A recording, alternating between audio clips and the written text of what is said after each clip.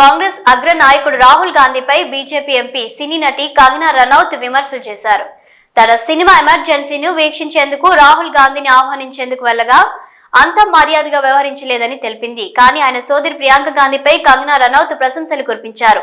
ప్రియాంక గాంధీ తనను చిరునవ్వుతో పలకరించారని చెప్పారు. ఆ సంభాషణ తనకి ఎప్పటికీ గుర్తుండిపోతుందన్నారు. ప్రియాంక గాంధీ రాహుల్ గాంధీలా కాదని చాలా తెలివైన వారని అన్నారు.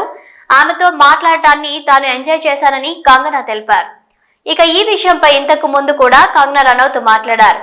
పార్లమెంటులో ప్రియాంక గాంధీని కలిసినప్పుడు సినిమాను చూడాలని కోరగా ప్రయత్నిస్తానని ఆమె బదులిచ్చారని తెలిపింది. ఎమర్జెన్సీ ఎంతో సున్నితమైన విషయమన్న కంగనా సినిమాలో ఇందిరాగాంధీ పాత్రను ఎంతో మర్యాదపూర్వకంగా చూపించామని పేర్కొంది. అంతేకాదు రీసెర్చ్ సమయంలో ఎన్నో విషయాలు తెలుసుకున్నానని, శత్రువులతో ఎలా వ్యవహరించేవారో అర్థం చేసుకున్నానని పేర్కొన్నారు.